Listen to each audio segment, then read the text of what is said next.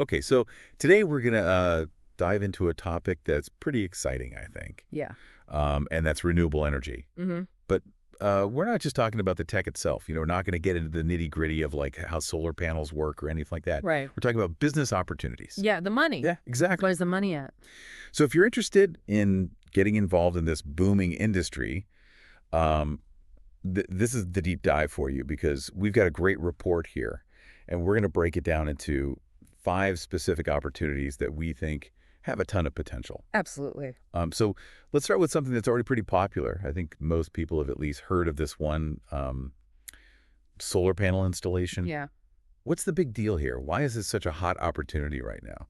Well, I think one of the biggest things is just how much more affordable solar panels have become. Oh, yeah, absolutely. Even just in the last 10 years, the cost has plummeted. It's crazy, right? That's wild. And that's just made it accessible to so many more people. Hmm. And then on top of that, you've got government incentives, Hmm.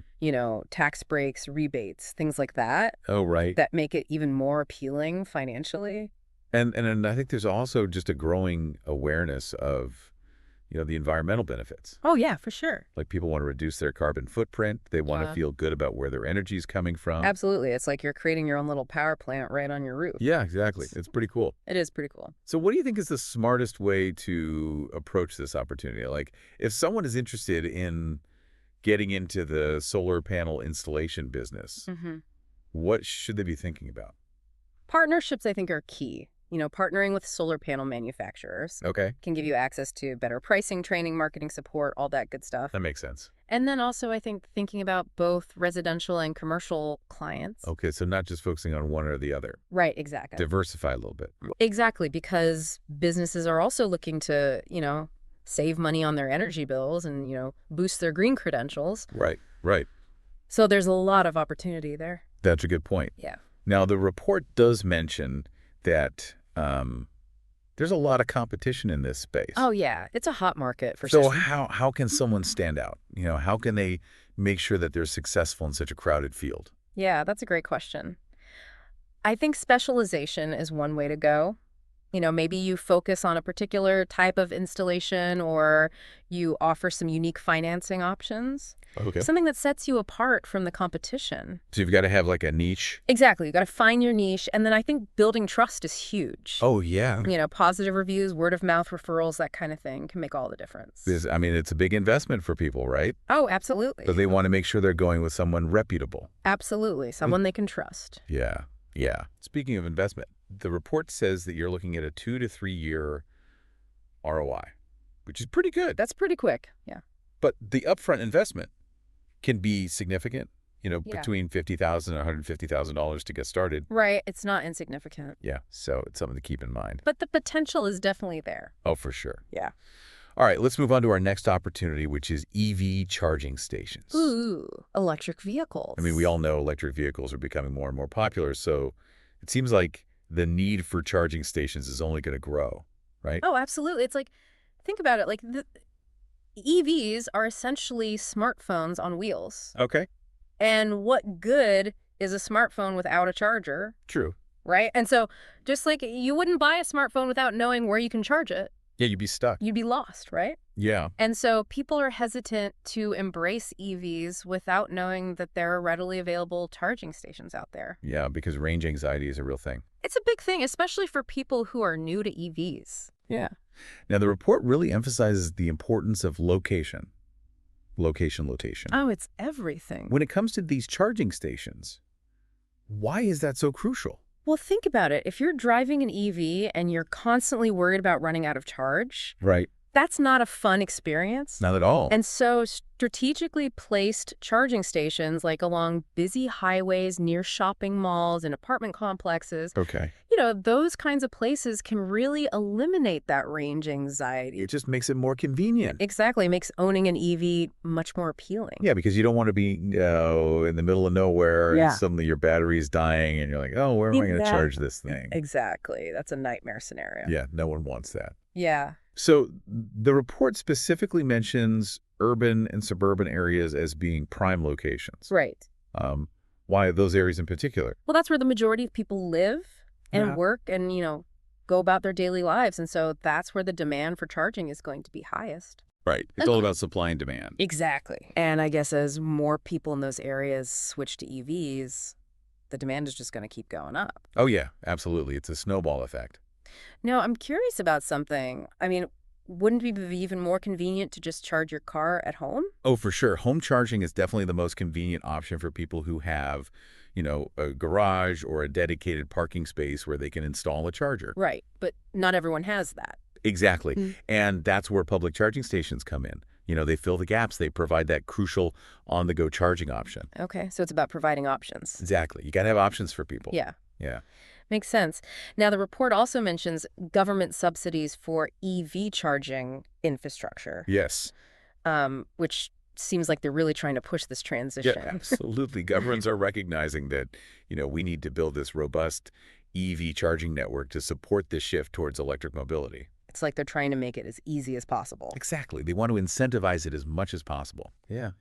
So what's the potential ROI for an EV charging station business?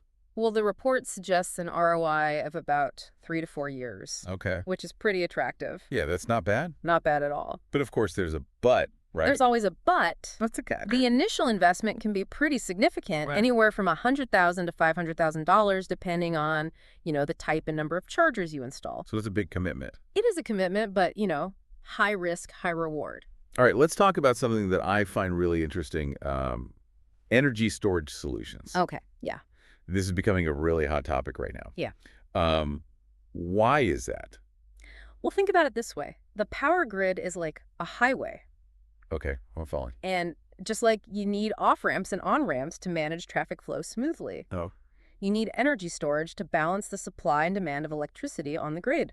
so it's about keeping things stable. Exactly. Yeah. Especially as we integrate more and more renewable energy sources. Okay, that makes sense because solar and wind power, they're not always consistent, right? Exactly. They're intermittent, meaning their output fluctuates depending on the weather. Right. The sun's not always shining, the wind's not always blowing. So we need a way to store that energy when it is available. Exactly, and then release it back into the grid when demand is high. It's like having a giant backup battery for the whole grid. That's a great way to think about it. Now, the report talks about all these different battery technologies, lithium-ion, flow batteries. It's all pretty technical. Yeah.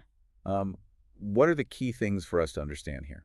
Well, lithium-ion batteries are the most common type right now. Okay. They're great for their energy density, meaning they can store a lot of energy in a relatively small space.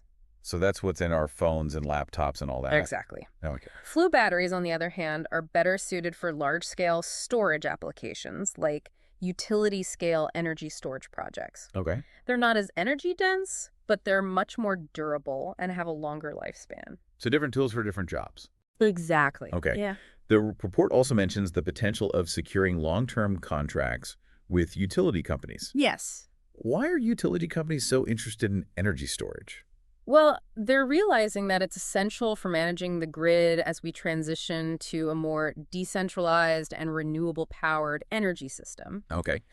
And these long-term contracts provide a reliable revenue stream for energy storage providers. So it's a win-win. It's a win-win for sure. The utility companies get what they need, and the energy storage providers have a guaranteed income. Exactly. It's a good deal for everyone involved. Are there any challenges involved in this, though? Of course, there are always challenges.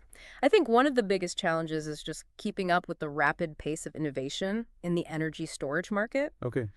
New technologies are constantly emerging, and so you got to make sure that your systems are compatible with the evolving grid infrastructure. So you can't just set it and forget it. No, you got to stay on top of things. Oh. And then, of course, there's competition.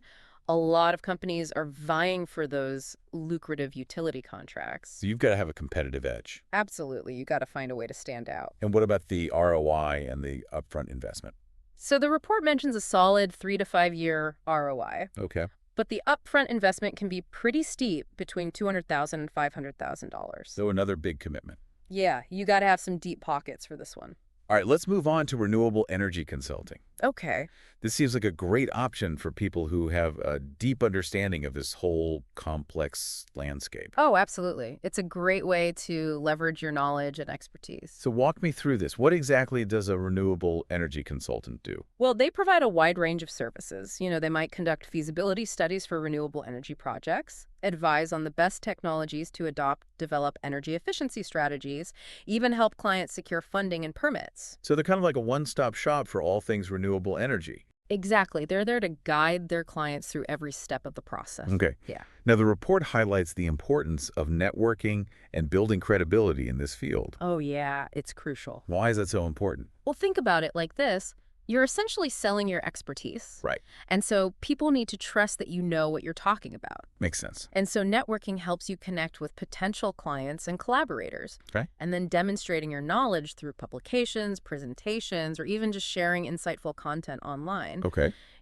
That all helps to build your credibility. So it's all about building that reputation.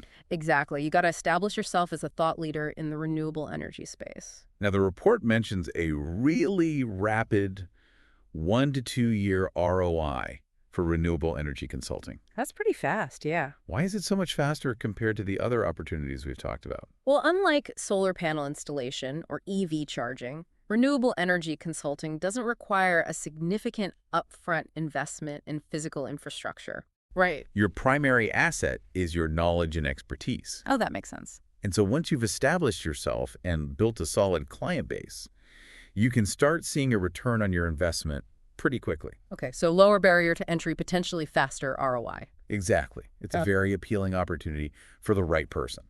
Okay, last but not least, let's talk about battery recycling. Okay. This feels like a really important piece of the puzzle that we haven't talked about yet. It's often overlooked, but it's absolutely critical. So why is battery recycling becoming so important now? Well, think about all those EV batteries we talked about earlier. Huh. What happens to them at the end of their lifespan? Yeah, that's a good question. We can't just toss them in a landfill. Right, that would be a disaster. It would be an environmental disaster, and it's also a huge waste of valuable resources. Yeah, because those batteries contain a lot of precious metals, right? Exactly. Things like lithium, cobalt, nickel. Okay. And so battery recycling is about reclaiming those materials and giving them a second life. So it's good for the environment, and it's good for the economy. It's a win-win. The report suggests focusing on recycling batteries from EVs and renewable energy storage systems. Right. Why is that a smart move? Well, it's a smart move because you're tapping into a rapidly growing stream of used batteries. Okay. As EV adoption and the use of renewable energy storage continue to accelerate, the demand for battery recycling services is only going to increase. So it's a growth market. It's a huge growth market. But I'm guessing there are some challenges involved. Oh, of course, battery recycling is not a simple process. Okay. It's a complex process that involves safely dismantling the batteries, extracting the valuable materials, and then processing them for reuse. So it's not just a matter of melting them down or something? No, it's much more complicated than that. Oh. It requires specialized equipment, skilled personnel, and strict adherence to safety and environmental regulations. So it's a high-stakes kind of operation. It is, but the rewards can be significant. So what's the potential ROI? The report suggests a 4 to 6 year ROI. Okay.